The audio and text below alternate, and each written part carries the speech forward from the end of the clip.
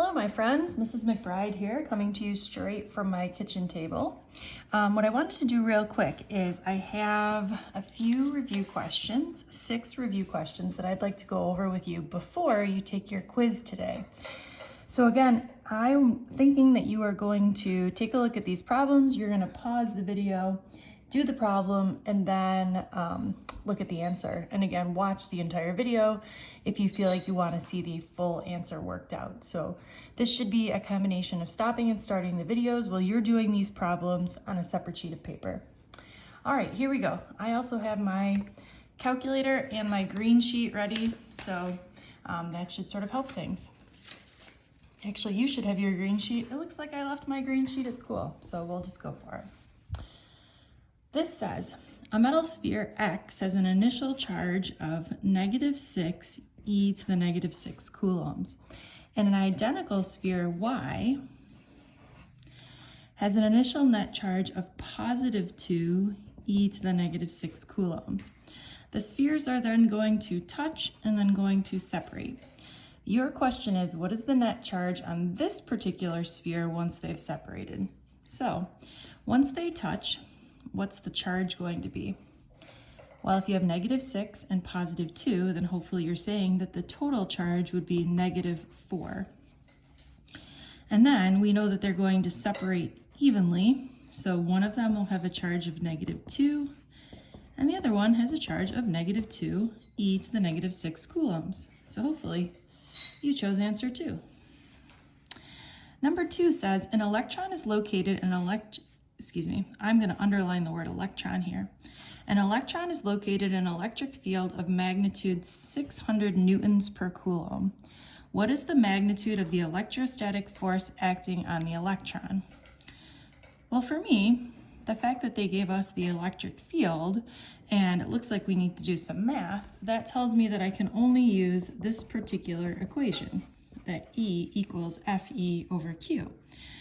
And since I'm looking for the force, I'm just going to multiply both sides by Q, or get that Fe equals eq, or electric field times charge. So the electric field that they gave us was 600 newtons per coulomb. And then we just need the charge. That's why I underlined the electron, because hopefully you know that the charge on any electron or proton is, I hope you said the elementary charge, or 1.6 e to the -19 coulombs. So if I do some math here, if I do 600 times 1.6 e to the -19 coulombs, I'm getting 9.6 times 10 to the -17 newtons. All right, moving on here. This one says 2 electrons are separated by a distance of 3 times 10 to the -6. It wants to know what are the magnitude and direction of the electrostatic forces each exerts on each other. Well, first of all, I know that since these are both have the same charge, we know that likes are going to repel. So I know that they are going to go away from each other. So I know number 2, that they're definitely not going towards each other, and number 4 are not correct. Okay, so I've got it narrowed down to 1 or 3. So I'm going to use Coulomb's law, F equals K Q1 Q2 over R squared. Now you should know that K is 9 e to the 9. And then the charge on an electron, just like we just set up here, is my 1.6 e to the -19. And then my charge on the second thing, again, they're both electrons, so you could either square this or write it twice. It's up to you. And then I'm going to divide by my bottom squared. Now don't forget the squared here. If you're going to make a mistake, that's what you're probably going to do wrong. All right, so if I do 9 e to the 9, I'm trying to get where I'm not getting any glare here. There we go. Times 1.6 e to the -19 times 1.6 e to the -19. And then I'm going to divide this by my 3 e to the -6 squared. Okay, and just a reminder, if you're one of my 3 times 10 to the caret negative 6. Make sure you're including parentheses there. Okay, so I'm getting 2.56 times 10 to the negative 17 newtons, and that is good news because that's one of my answers. All right, moving along here. It says, which diagram best represents the electric field between two small electrically charged spheres? So first of all, you should remember that positive people radiate out. So if I have a positive charge, I'm going to have electric field lines that point out. Negative people keep it all in. So the negative should all be going into the negative. Okay, so first of all, let's go through these and see if these are correct. So these are two positive charges. The positive charges here are going in. The positive charges from here are going out. We know that is wrong. Okay, we have two positive charges here. Lines are going out, lines are going out. Okay, that could be right. Here we have the positive, but the lines are going in, and the negative, the lines are going out. That is wrong. Okay, and again, down here, this one, positive's going out, that's good, but negative's also going out, not good. So our correct answer is 2. Again, positive people radiate out, negative people keep it all in.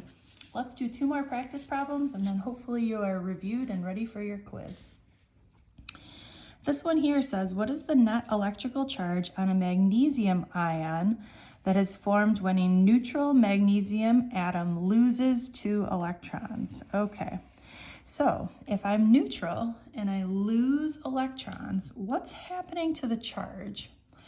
Okay, so think about it here. Let me draw something that's neutral. So I have equal number of positives and negatives. Okay, it is neutral. All of a sudden I've lost 2 electrons. There go 2 electrons. Okay, so what happens to the charge? Well, hopefully you're saying this becomes positive because I've lost the electrons. So first of all, over here, if I lose 2 electrons, I know I'm going to become positive. Okay, and then you're saying to yourself, well, again, what is the charge on an electron? Okay, well, the charge on 1 electron is 1.6 e to the negative 19 coulombs. So if I have 2 of those, I should get 3.2 e to the negative 19 coulombs. Okay, remember, charge is quantized. It only comes in certain amounts. It only comes in multiples of 1.6 e to the negative 19 coulombs. I know you're probably sick of me saying this, but just like shoes, it only comes in certain amounts. So just like you can't buy 2.5 shoes, you can't buy anything in charge other than multiples of 1.6 e to the negative 19. Okay, last but not least, here we go. In the diagram below, here's an electron moving with speed. It enters this space here between 2 charged plates. If this is positive and this is negative, what do you think is going to happen? Well, hopefully you're saying that as soon as it enters in here, it was going positive and then it becomes attracted, it was going to the right and then it is attracted to the positive.